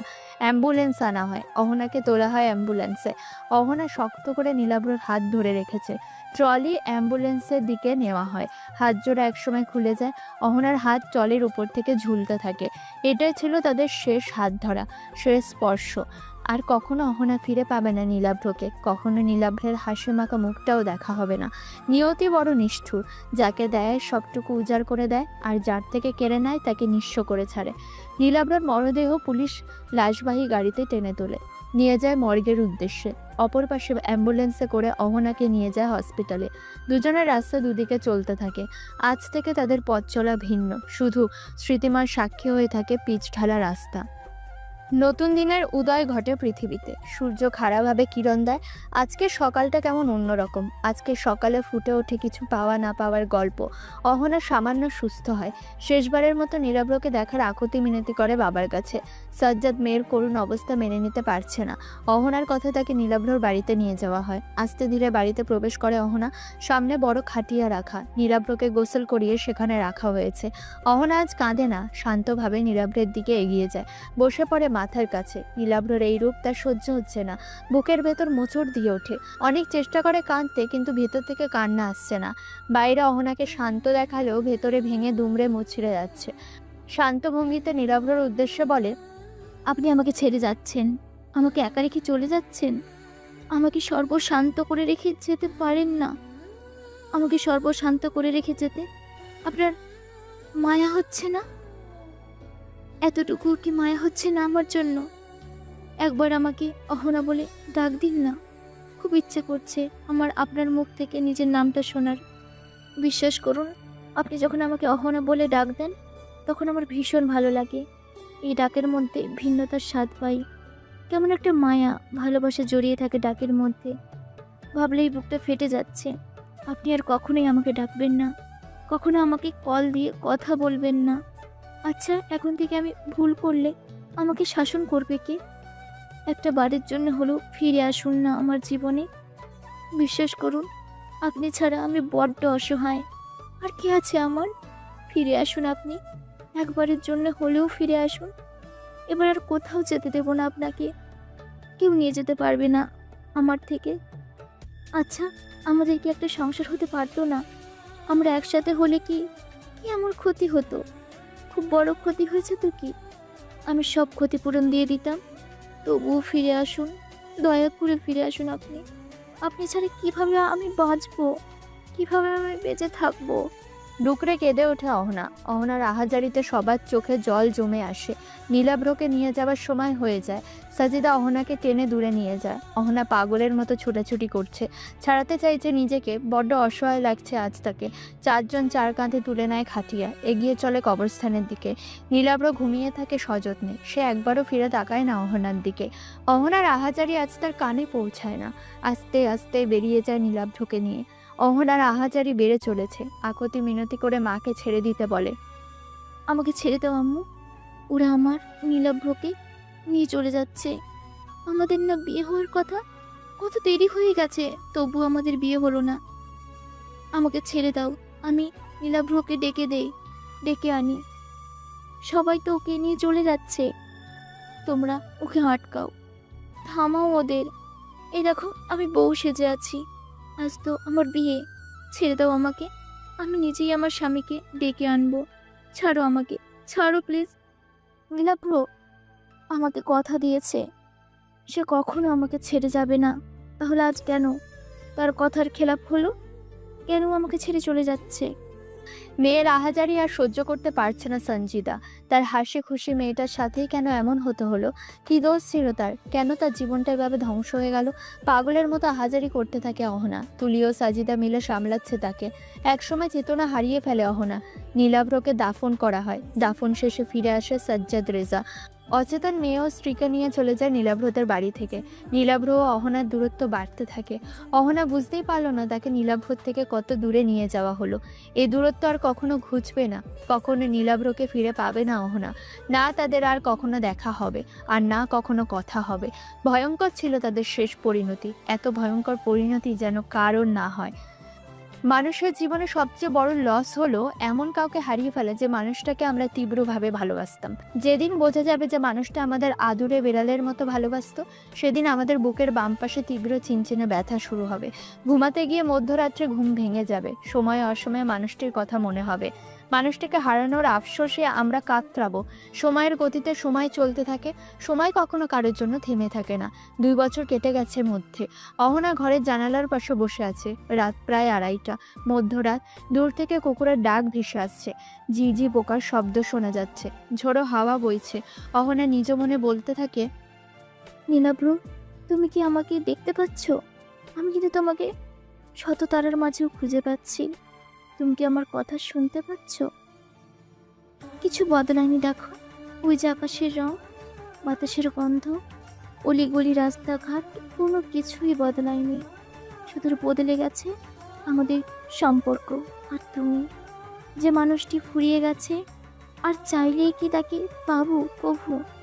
সব মানুষ কি আর মানুষ আঁকড়ে বাঁচে?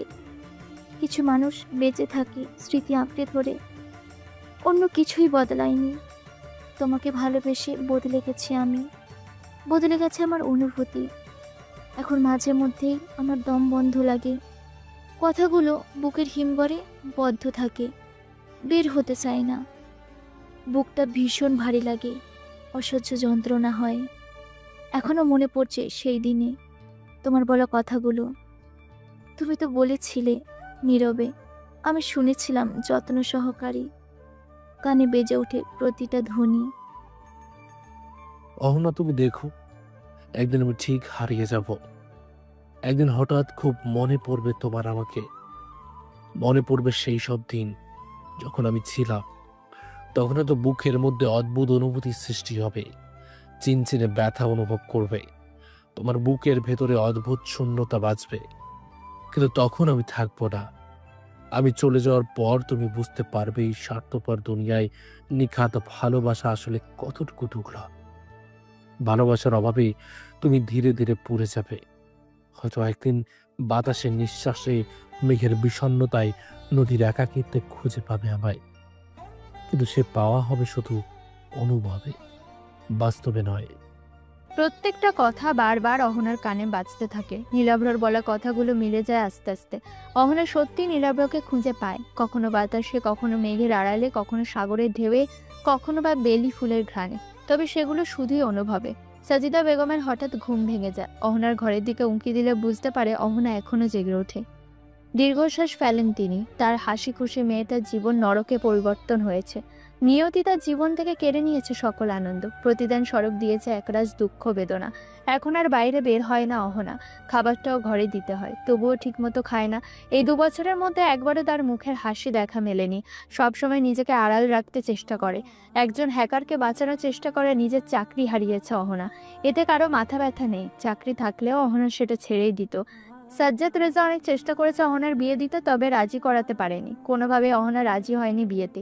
শেষে উপায় না পেয়ে হাল ছেড়ে দিয়েছে। 7 মাস মতো হলো তুলির বিয়ে হয়েছে। অহনার জন্য তাকে আর ধরে রাখতে পারে না সাজ্জাদ। ভালো একটা ছেলে দেখে বিয়ে দিয়ে দেয়। এক মেয়ের জন্য অন্য মেয়ের জীবন তো আর নষ্ট করতে পারবেন না। কেউ অহনাকে কখনো ডিস্টার্ব করে না। অহনা আপন মনে বসে থাকে সবসময়। কখনো ইচ্ছে হলে খায়, কখনো আবার অনাহারে দিন কাটিয়ে দেয়। জোর করতে গেলে তার পাগলামো বেড়ে যায়। এ নিয়ে সাজ্জাদ ডক্টরের সাথে কথা বললে জানিয়েছে তাকে একা ছেড়ে দিতে। মাথায় অধিক চাপ পড়ার কারণে এমন হয়েছে। সাজিদা বেগম নিজের ঘরে চলে যায়। মেয়ের এরকম দশায় চোখ থেকে 2 ফোঁটা অশ্রু গড়িয়ে পড়ে। অহনা একধানে তাকিয়ে থাকে জানালার বাইরে। আপন মনে বিড়বিড় করে, কেউ আমায় ভালোবাসেনি, সবাই শুধু নিজেরটা বুঝেছে। স্বার্থপরের মতো আমাকে একা ছেড়ে চলে গেছে। কেউ আমাকে কখনো ভালোবাসেনি। প্রিয় শ্রোতা বন্ধুরা, আমাদের আজকের গল্পটি এখানেই শেষ হচ্ছে। আপনাদের গল্পটি কেমন লাগলো অবশ্যই কমেন্ট করে জানাতে ভুলবেন না। এছাড়া এখনো পর্যন্ত যারা আমাদের চ্যানেলটিকে সাবস্ক্রাইব করেননি, প্লিজ সাবস্ক্রাইব করুন এবং পাশে থাকা বেল আইকনটি প্রেস করুন, যাতে সবার আগে আপনার কাছে আমাদের গল্পগুলো পৌঁছে যায়। তো বন্ধুরা, আজকের মতো গল্প এই পর্যন্তই। দেখা হচ্ছে পরবর্তী গল্পে। ততক্ষণ ভালো থাকবেন, সুস্থ থাকবেন।